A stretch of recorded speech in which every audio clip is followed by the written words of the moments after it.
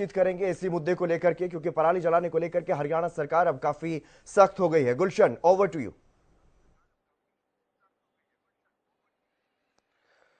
देखिए हितेंद्र, बिल्कुल हमारे साथ हरियाणा के कृषि मंत्री जेपी दलाल हैं, जो कि इस समय अगर पराली जलाने की बात आपने कही शुरुआत में ही, तो सबसे पहले हम शुरुआत यहीं से कर लेते हैं। हालांकि बेशक पंजाब जो है, हरियाणा पंजाब सबसे ज्यादा पराली जलाने वाले मामले में नंबर 1 पर है, लेकिन हरियाणा की तरफ से और क्या कोशिशें की जा रही हैं ताकि कम से कम पराली जले, इस पर हम बातचीत कर लेते हैं।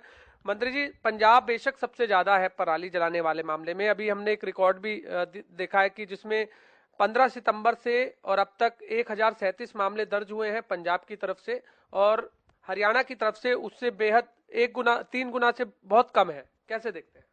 देखिए, आमतौर पर पिछले साल जो है पंजाब के आगजनी जो पराली में की थी 5 गुना ज़्यादा घटनाएं थी, और इस बार भी ये रेशो इससे ज़्यादा ही होगी। हरियाणा के किसान को हमने बहुत समझाया है और वो इसको फॉलो भी कर रहा है।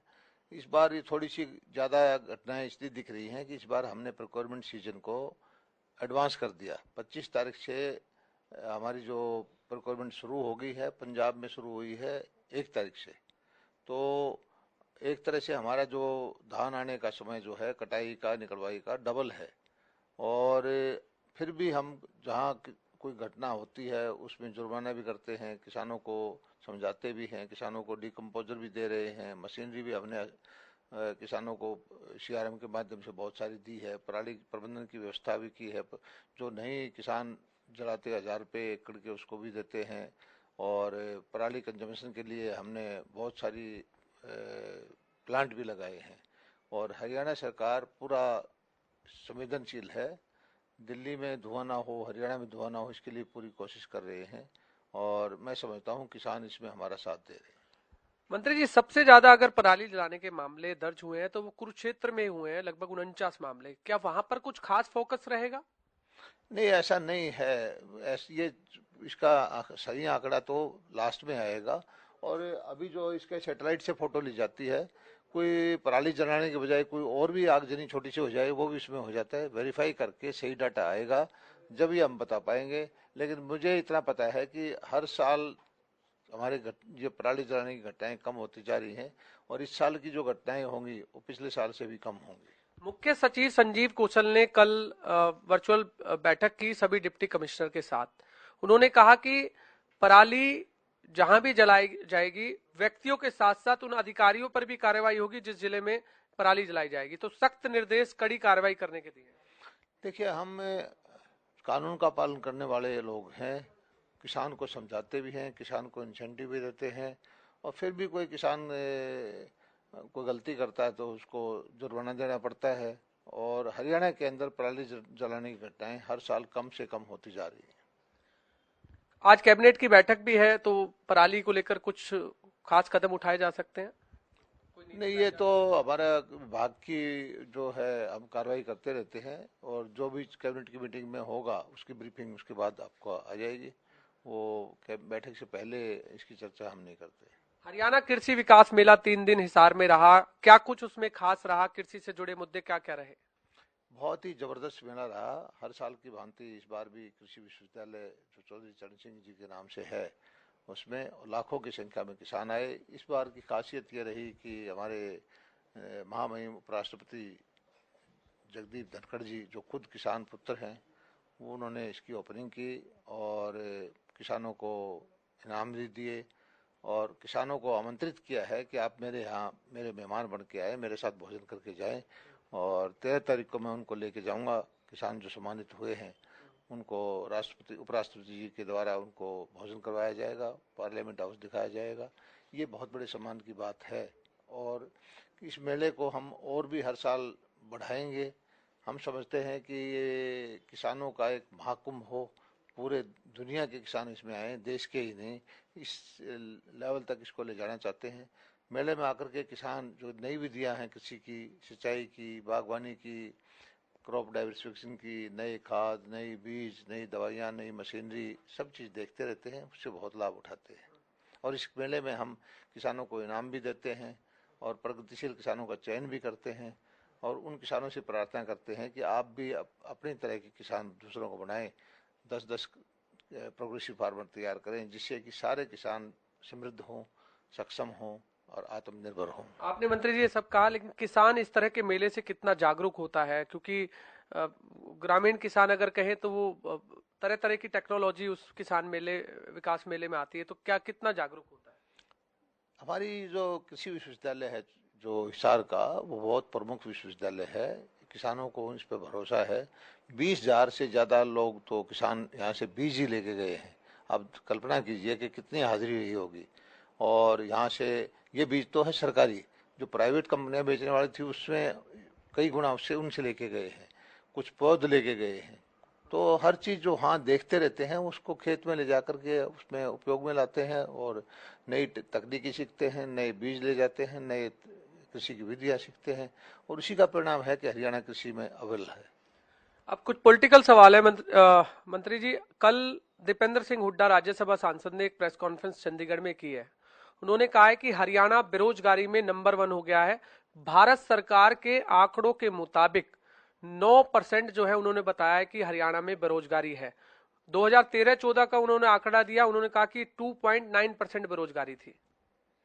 ये बेकार के भ्रामक आंकड़े देते रहते हैं, इनका कोई मतलब नहीं है। इनकी प्राइवेट कंपनी है जो इन्हीं द्वारा समर्थित है, तो उससे कोई फर्क नहीं पड़ता। हरियाणा के अंदर जो बहुत अच्छा प्रबंधन है, हरियाणा के अंदर रोजगार के साधन बढ़े हैं और गरीबों को जो नौकरियां जो इस सरकार ने दी है इतनी पहले कभी नहीं दी गई। तो भारत सरकार के श्रम मंत्री की तरफ से आंकड़ा आया है, ऐसा दीपेंद्र सिंह हुड्डा ने कहा है। दीपेंद्र सिंह हुड्डा जी कहाँ से आंकड़े लाते हैं, कहाँ से नहीं लाते, उनकी आंकड़ों पर मैं भरोसा नहीं करता। हाँ, हरियाणा के लोग जो हैं सब देख रहे हैं, उनको पता है कि कितने अच्छे अच्छे काम हमारी सरकार ने किए हैं। और ये सही है कि जो राजनीति करने वाले लोग थे उस वक़्त नौकरियां बेचते थे, तबादले कराते थे, खासकर कांग्रेस पार्टी के कार्यकर्ता, वो जरूर बेरोजगार लोगों ने कर दिए। लेकिन दीपेंद्र सिंह हुड्डा कह रहे हैं कि 30 बार पेपर लीक हुए हैं इस सरकार के अंदर, एक नहीं दो नहीं 30 बार पेपर लीक हो जाते हैं। 30 का आंकड़ा भी दिया है उन्होंने। हमारी लगाई हुई नौकरियां सारे आज तक कोई हटे नहीं और उनकी सरकार के लगी हुई नौकरी सबको कोर्ट ने हटा दिया कि उसमें अनियमितता हुई है। उसका तरफ उनको ध्यान देना चाहिए। अगर कोई गलत चीज़ होती है तो हम उसको रोकते हैं, हमें कोई इसमें शर्म नहीं आती कि हम दुरुस्त कर लेते हैं।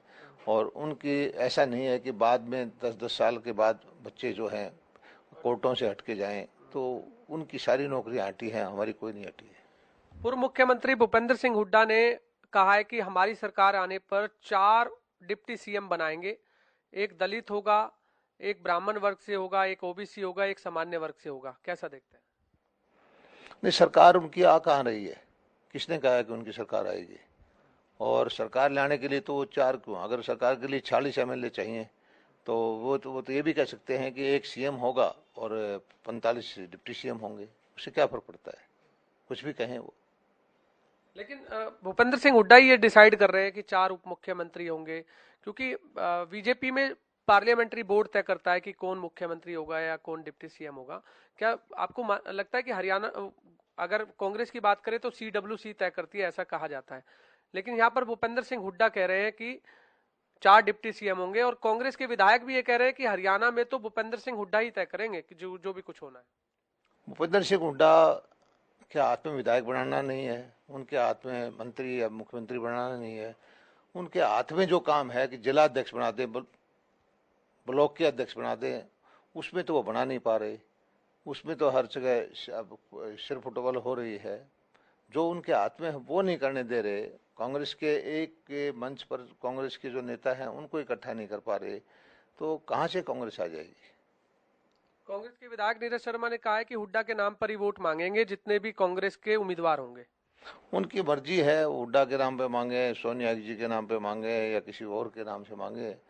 लेकिन हम तो अपनी सेवा की है, काम के नाम पर मांगते हैं, किसी उस नाम पे वोट नहीं मांगते। जो हमने सेवा की है उसके लिए आपको लगता है कि डिप्टी सीएम का जिस तरीके से ऐलान हो रहा है कि 4 डिप्टी सीएम बनाएंगे, उससे कुछ फर्क पड़ेगा? क्या वोटर को लुभाने के लिए है या फिर किस तरह से आप देखते हैं?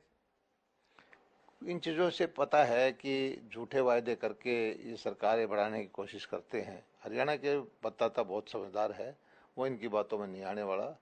सत्ता प्राप्ति के लिए ये कुछ भी घोषणाएं कर सकते हैं, लेकिन उनको पता है कि ये ऐसा कुछ होने वाला नहीं है। जनता को अच्छी तरह से पता है और हर चुनाव में ऐसा होता है।